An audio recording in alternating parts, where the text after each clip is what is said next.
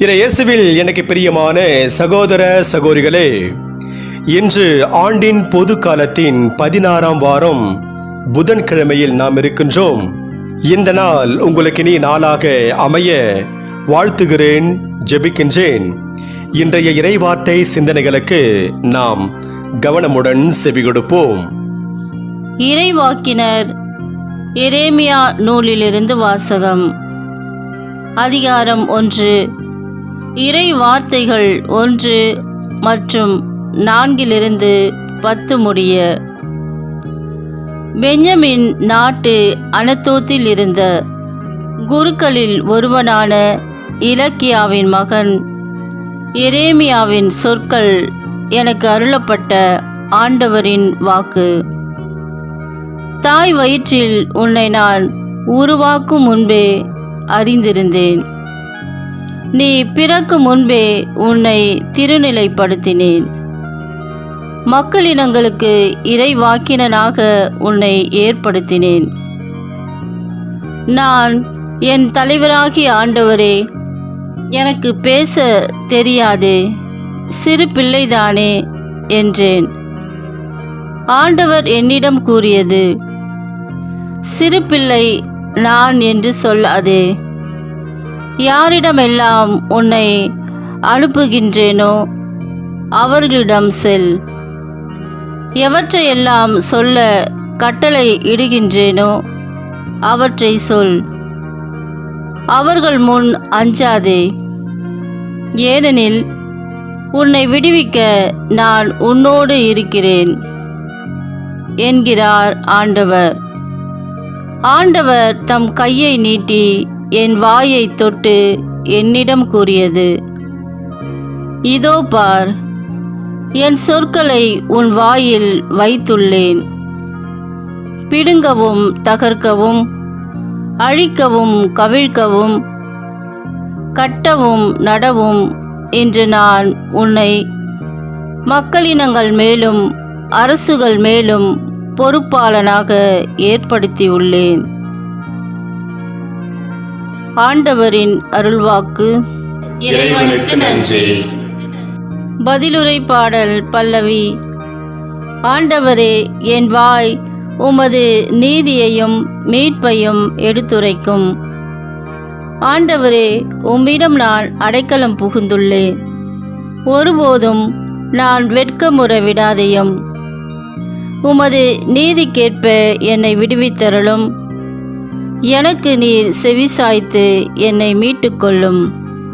பல்லவி. ஆண்டவரே, என் வாய் உமது நீதியையும் மீட்பையும் எடுத்துரைக்கும். என் அடைக்கல பாறையாக நீர் இருந்தருளும். கோட்டை அரணாயிருந்து என்னை மீட்டருளும். ஏனெனில் நீர் எனக்கு கற்பாறையாகவும் அரணாகவும் இருக்கின்றீர். என் கடவுளே, பொல்லார் கையினின்று என்னை காத்தருளும். பல்லவி. ஆண்டவரே, என் வாய் உமது நீதியையும் மீட்பையும் எடுத்துரைக்கும். என் தலைவரே, நீரே என் நம்பிக்கை. ஆண்டவரே, இளமை முதல் நீரே என் நம்பிக்கை. பிறப்பிலிருந்து நான் உம்மை சார்ந்துள்ளேன். தாய் வயிற்றிலிருந்து நீர் என்னை பிரித்தெடுத்தீர். பல்லவி. ஆண்டவரே, என் வாய் உமது நீதியையும் மீட்பையும் எடுத்துரைக்கும். என் வாய் நாள்தோறும் உமது நீதியையும் நீர் அருளும் மீட்பையும் எடுத்துரைக்கும். கடவுளே, என் இளமை முதல் எனக்கு கற்பித்து வந்தீர். இனி வரும் நாள்களிலும் உம் வியத்தகு செயல்களை அறிவிப்பேன். பல்லவி. ஆண்டவரே, என் வாய் உமது நீதியையும் மீட்பையும் எடுத்துரைக்கும். அல்லேலுயா, அல்லேலுயா. இறைவனின் வார்த்தையே விதையாம், அதை விதைப்பவர் கிறிஸ்துவே. அவரை கண்டடைபவர் எல்லாம் என்றென்றும் நிலைத்திருப்பர். அல்லேலுயா. ஆண்டவரே, நற்செய்தியை தகுந்த விதத்தில் எடுத்து சொல்ல என் உள்ளத்தையும் உதட்டையும் தூய்மையாக்கும். ஆண்டவர்களோடு இருப்பாராக, உன் ஆன்மாவோடும் இருப்பாராக. மத்திய எழுதிய பரிசுத்த நற்செய்தியிலிருந்து வாசகம். ஆண்டவரே, மாட்சி உமக்கே. மத்திய நற்செய்தி அதிகாரம் 13, இறை வார்த்தைகள் 1-9 முடிய. அக்காலத்தில் இயேசு வீட்டிற்கு வெளியே சென்று கடலோரத்தில் அமர்ந்தார். மக்கள் பெருந்திரளாய் அவரிடம் ஒன்று கூடி வந்தனர். ஆகவே அவர் படகில் ஏறி அமர்ந்தார். திரண்டிருந்த மக்கள் அனைவரும் கடற்கரையில் நின்று கொண்டிருந்தனர். அவர் ஊமைகள் வாயிலாக பலவற்றை குறித்து அவர்களோடு பேசினார். விதைப்பவர் ஒருவர் விதைக்க சென்றார். அவர் விதைக்கும் பொழுது சில விதைகள் வழியோரம் விழுந்தன. பறவைகள் வந்து அவற்றை விழுங்கிவிட்டன. வேறு சில விதைகள் மிகுதியாக மண் இல்லா பாறை பகுதியில் விழுந்தன. அங்கே மண் ஆழமாக இல்லாததால் அவை விரைவில் முளைத்தன. ஆனால் கதிரவன் மேலே எழ அவை காய்ந்து வேர் இல்லாமல் கருகி போயின. மற்றும் சில விதைகள் முட்செடிகளின் இடையே விழுந்தன. முட்செடிகள் வளர்ந்து அவற்றை நெருக்கிவிட்டன. ஆனால் இன்னும் சில விதைகள் நல்ல நிலத்தில் விழுந்தன. அவற்றுள் சில 100 மடங்காகவும், சில 60 மடங்காகவும், சில 30 மடங்காகவும் விளைச்சலை கொடுத்தன. கேட்க செவியுள்ளோர் கேட்கட்டும் என்றார். ஆண்டவரின் அருள்வாக்கு. கிறிஸ்துவே, உமக்கு புகழ். நற்செய்தி வாக்கினால் என்னுடைய பாவங்கள் அகல்வதாக. ஆமென். என் சொற்களை உன் வாயில் வைத்துள்ளேன். இறையேசுவில் எனக்கு பிரியமான சகோதர சகோதரிகளே, ஒரு சமயம் வழக்கறிஞர், மருத்துவர், போதகர் என 3 பேரும் காட்டிற்கு வேட்டையாட சென்றனர். வழியில் மான் ஒன்று அவர்கள் கண்ணில் பட்டது. அப்போது அவர்களுள் ஒருவர், 3 பேரும் தனித்தனியாக சுட்டால் மான் தப்பிவிடும். அதனால் 3 பேரும் ஒரே நேரத்தில் மானை குறிப்பார்த்து சுடுவோம். நிச்சயம் மான் வீழ்ந்துவிடும் என்றார். அவர் சொன்ன யோசனை மற்ற இருவருக்கும் பிடித்து போனதால் 3 பேரும் ஒரே நேரத்தில் மானை குறிப்பார்த்து சுட்டனர். அவர்கள் சுட்டதில் மான் துடிதுடித்து கீழே விழுந்தது. அப்போது அவர்களுள் யாருடைய தோட்டாவிற்கு மான் பலியானது என்ற விவாதம், ஒரு போட்டி அங்கே வந்தது. அந்த நேரம் பார்த்து விவசாயி ஒருவர் அந்த வழியாக வந்தார்.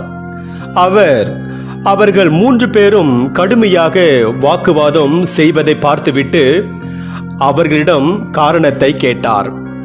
அவர்கள் காரணத்தை சொன்னதும் விவசாயி மானின் அருகில் சென்று பார்த்துவிட்டு, போதகரின் தோட்டாவால் தான் இந்த மான் கொல்லப்பட்டிருக்கிறது என்று மிகவும் சாதாரணமாக சொன்னார்.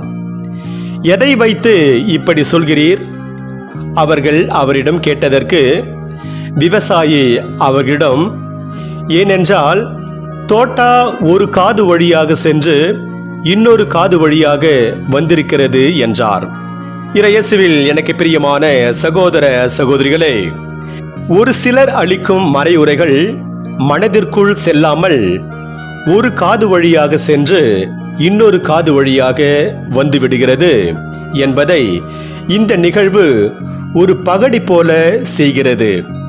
இன்று நாம் வாசிக்க கேட்ட இந்த இறை வார்த்தை, இறையடியார்கள் இறைவனின் வாக்கை மட்டுமே அறிவிக்க வேண்டும் என்பதையும், அவ்வாறு அறிவிக்கப்படும் இறை வார்த்தையை கேட்போர் அதன்படி நடந்தால் 100 மடங்கு பலன் தருவார் என்பதையும் எடுத்து கூறுகிறது. இறைவாக்கு பணியில் ஈடுபட்டிருப்போர் தங்கள் சொந்த வாக்கை அல்ல, இறைவனின் வாக்கை அறிவிக்க வேண்டும். இதை இறைவாக்கினர் எரேமியா நூலிலிருந்து எடுக்கப்பட்ட இன்றைய முதல் வாசகம் நமக்கு தெள்ள தெளிவாக எடுத்து சொல்கிறது.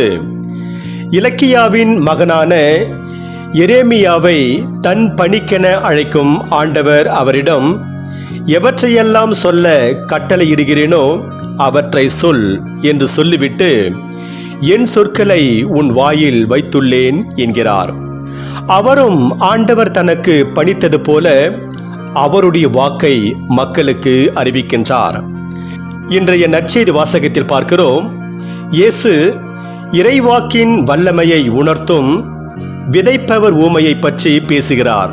மக்களில் ஒரு சிலர் இறைப்பணியாளர்கள் என்னதான் இறைவனின் வாக்கை வல்லமையோடு எடுத்து சொன்னாலும் அதை தங்களுக்குள்ளே அனுமதிக்காக வழியோரும் நிலம் போன்றும், இன்னும் ஒரு சிலர் இறைவாக்கை தங்களுக்குள்ளே அனுமதித்தாலும் அதை ஊடுருவ விடாமல் பார்த்து கொள்ளும் பாறை நிலம் போலவும், வேறு சிலர் இறைவாக்கை உள்ளே அனுமதித்து அது தங்களை ஊடுருவ அனுமதித்தாலும் உலக கவலையில் வாழ்க்கையை தொலைத்து கொண்டிருக்கும் முட்செடி நிலம் போல இருக்கிறார்கள். வெகு சிலர் மட்டுமே இறைவாக்கு தங்களை ஊடுருவ அனுமதித்து அதன்படி வாழ்கிறார்கள். இவர்கள் நல்ல நிலம் போல மிகுந்த பலன் தருகிறார்கள்.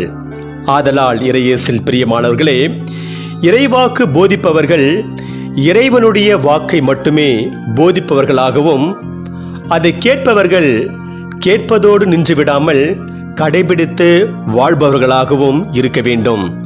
அப்போதுதான் அவர்களால் மிகுந்த பலன் தர முடியும். இன்று நமக்கு கொடுக்கப்படுகின்ற இறை சிந்தனையாக, தன் சொந்த வாக்கை அறிவிப்பவர் இறைவாக்கினர் இல்லை. ஆற்றல் மிக்க வார்த்தையை கேட்டும் அதன்படி வாழவில்லை என்றால் ஆண்டவரின் ஆசியை பெற முடியாது. இறைவார்த்தையை கேட்பதும் அதன்படி வாழ்வதும் ஒரு நாணயத்தின் இரண்டு பக்கங்கள். இன்று நமக்கு கொடுக்கப்படுகின்ற இறை வார்த்தையாக, இறை வார்த்தையை கேட்கிறவர்களாக மட்டும் இருந்து உங்களை ஏமாற்றிக் கொள்ள வேண்டாம், அதன்படி நடக்கிறவர்களாயும் இருங்கள் என்று யாக்கோபு புத்தகத்தில் 1ஆம் அதிகாரம் 22ஆம் வசனத்தில் யாக்கோபு கூறுகிறார். எனவே இறையேசுவில் பிரியமானவர்களே, நாம் இறை வார்த்தையை கேட்டு அதன்படி வாழ்ந்து இறையருளை நிறைவாக பெறுவோம். இறைவன் உங்கள் அனைவரையும் நிறைவாக ஆசீர்வதிப்பாராக. ஆமென்.